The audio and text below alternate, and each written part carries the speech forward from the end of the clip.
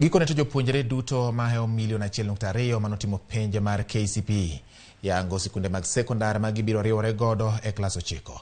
Jatend migawo mar somo yango ni sikunde mag sub-county ema oyudo kwan mathoth mag jopuonjre. Migawo mar somo lando ni gidhi tudore gi mano mar arita eneno ni jopuonjre kata japuonjre ka japuonjre odonjo e sekondar ma oluonge. Joiso Duor nigi ler mar wachno. Kogolo ayanga lipota mar kaka jopuonjre biro riwore kod klas 9.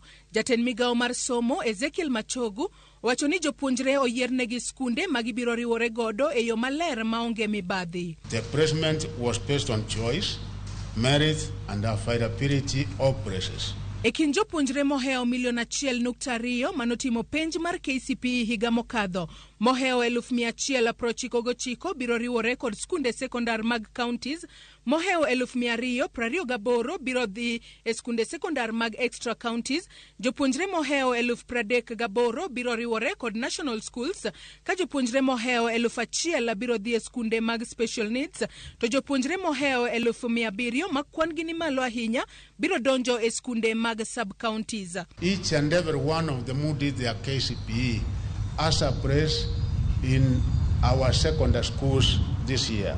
The special needs education candidates were also placed in the regular schools of their preference, while others were placed in special schools based on their disability categories on merit and choice.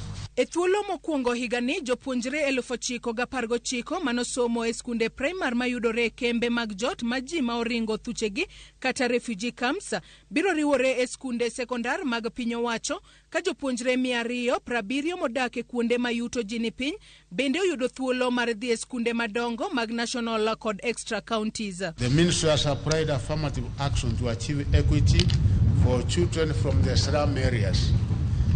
In this year's selection, 270 students from slum areas were placed in national and extra-county schools of their choice.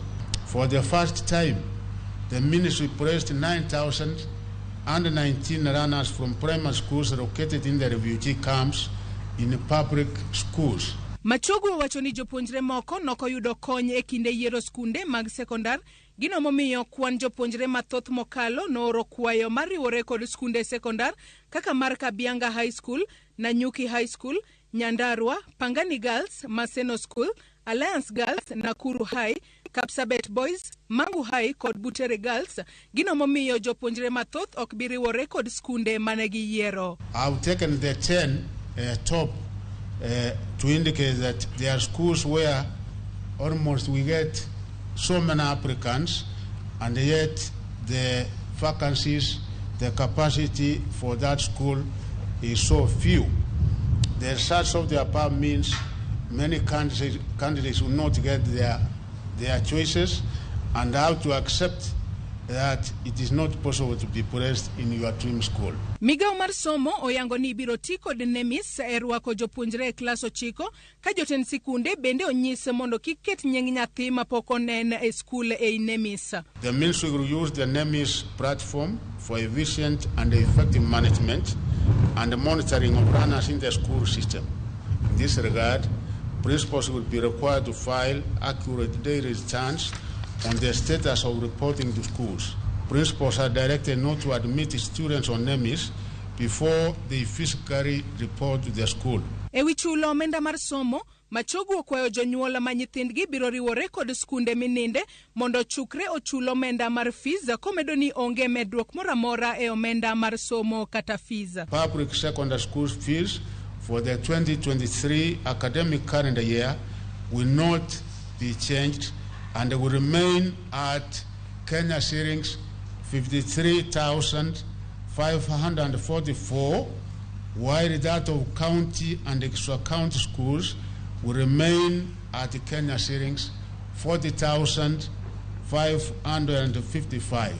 Jopuonjre duto manotimo penja mar KCPE higa mokadho biro riwore kod skunde mag sekondar kochakore tarik 6 nyaka tarik 13 dwe mar 2 higani.